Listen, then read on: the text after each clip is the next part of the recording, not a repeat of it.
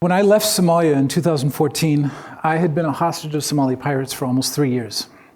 And I went home to my apartment in Berlin and I started to read about this great swelling of migration coming from Africa and from the Middle East across the Mediterranean. And I think it was in the Independent, a British paper, that I started to read about a Somali teenager named Ismail, who talked about the long road he traveled, from Somalia through Ethiopia, through Sudan, through Libya, and then across the water to Italy.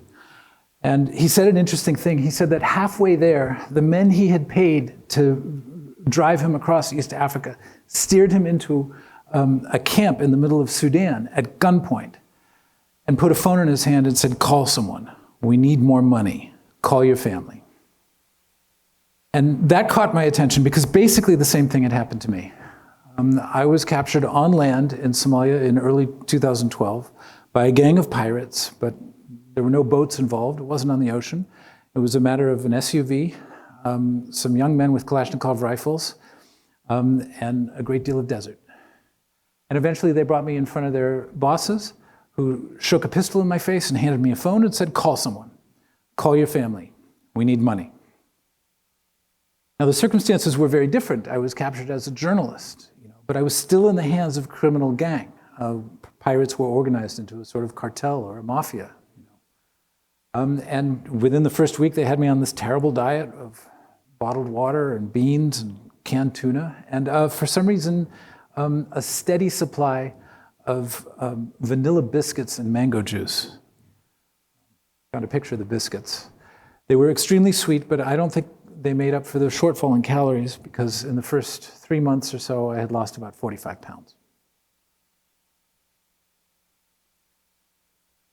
Experts in human trafficking make a distinction between trafficking and smuggling. And the distinction is this. When you pay someone to cross a border willingly, you're being smuggled. As soon as it happens against your will, you're being trafficked. So arguably, Ismail went from being a smuggled person to being a trafficked person as soon as they stopped his forward motion in Sudan and handed him a phone. Now, this happens all the time on the migrant trail. Not just in Africa, but in this hemisphere too, in Latin America. People will pay what they think is a fixed fee to get to some kind of promised land. And they find that along the way they get exploited either for free labor, which is slave labor, or for sex work, or for a ransom, or sometimes all three. It happens all the time. But Ismail said something else in that piece that got my attention. He said that while he was bouncing across the desert in an SUV, all those guys would give him to eat for 2 weeks was biscuits and mango juice. So that did more than get my attention. That rang some bells in my head. And I started to wonder for the first time whether there was really that much difference between a pirate and a human trafficker. After all, the equipment is the same, at least on land. You need SUVs to cross the desert. You need Kalashnikov rifles for defense. You need a rich boss for capital investment. That's important in both industries. And you need a steady supply of cheap food to keep, let's say, your captive audience alive. So it occurred to me that without doing any research, that maybe Ismail had been smuggled by the same sorts of people who had held me hostage. And I smelled a story. Of course, at the time, I didn't even know if a Somali gang could operate outside Somali borders, which is how he made it sound with his trip across East Africa. But it turns out they can. So Somalis will smuggle Somalis and Ethiopians will smuggle Ethiopians, mostly for language reasons. All the way up to Libya. At the border of Libya, the rules change. A different set of clans takes over, and they're very jealous of their territory. But until then, it's almost a free-for-all. And the only reason I know any of this is that I wrote a piece for Business Week in 2017 that showed, in fact, there was some overlap between Somali piracy and Somali human traffic. I focused on one guy in particular who had been pointed out by a think tank as the kingpin for human smuggling, a guy named Ali Hashi Jumale, a Somali based in Sudan during the years that we're talking about, who was also a former pirate. So at the boss level, right? He had been an investor in the hijacking of a Greek oil tanker in 2009, right along with one of the pirate bosses who masterminded my kidnapping in 2012. I did not know that when I started on the project, but life takes you on these journeys. One reason for the huge numbers of people that come up to the Mediterranean, just like the numbers of people that come up to our southern border, is that human smuggling has become so efficient and so profitable in the last 20 years. But what we do now just keeps the gangs in business. The harder it is to cross a border, the harder it is to get into the US or Europe, the more the smugglers will charge, and the more powerful those smuggling gangs will become. The most important factor is demand. It is not different from the drug war. We've been fighting a drug war for decades, and the more barriers you put at the border, the more expensive the drugs become, and the better the cartels do south of the border. And in fact, the more they fight for territory south of the border. Now, I've been to the Mediterranean and to the border a few times to report on stories like this, and I've learned about three things, at least three things. First, half the people who come north to the Mediterranean will have their asylum claims denied once they get to Europe. So in other words, half the people you see on a given picture of an overcrowded dinghy on the water will have to go back home, at least by law, because their asylum claims were rejected. But they don't have a way of knowing that when they set off, so they put their lives in the hands of smugglers. Second, one reason that human smuggling has become so profitable in the 21st century is technology. I mean, we all know the reasons why people have been on the move in the last couple of decades, including 2 wars in the Middle East and the Arab Spring and climate change and poverty. But what's new in the 21st century is the smartphone and social media. And on social media, a human smuggler can present himself almost as a travel agent. And if there's a body of water to cross, you just slap up a picture of a yacht and say that's how you're going to get across. There are no consequences. And third, on the Mediterranean, the last time I was there, I noticed there was a very strange organization called the Libyan Coast Guard, which has as its job, the interdiction of human trafficking. It's paid hundreds of millions of euros by Europe to do just that. And on the surface, it looks like a very legitimate government organization. But in Libya, there is not only one legitimate government, there are two, and they've been fighting since 2011.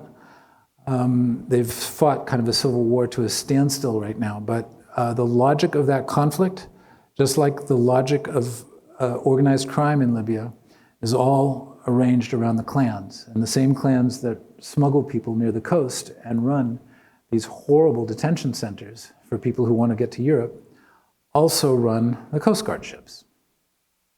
It is deeply corrupt, and it's such an important point that I want to come at it from another angle. The last time I was on the Mediterranean, it was really common to see an empty boat floating near Libya, like this one, with no people in it and no engine. And the reason for these ghost boats is that when migrants would encounter the Libyan Coast Guard, of course, they would take all the people on board, but they would also take the engines. Why did they take the engines? Well, because the traffickers wanted them back. The Coast Guard would come back to shore, and the traffickers would be happy to reuse the engines to save money.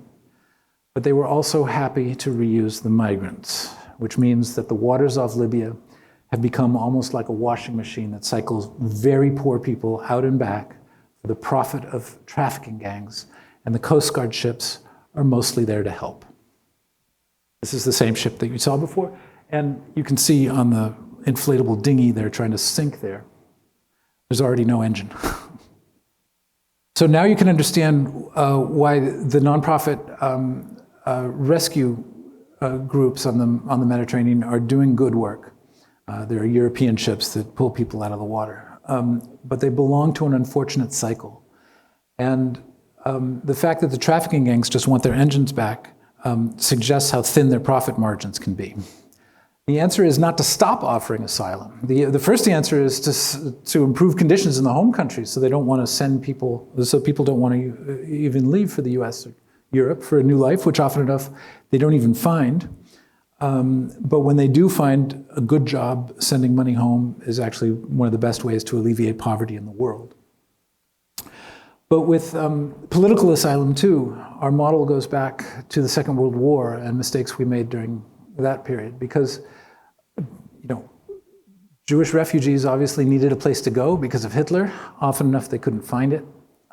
One famous case was the St. Louis, which sailed from Hamburg in the spring of 1939, so a few months before World War II started, and it was turned back by Cuba, then by the United States, which means that we turned a whole ship full of Jewish refugees back to the Third Reich just before World War II started and shortly before the Holocaust started.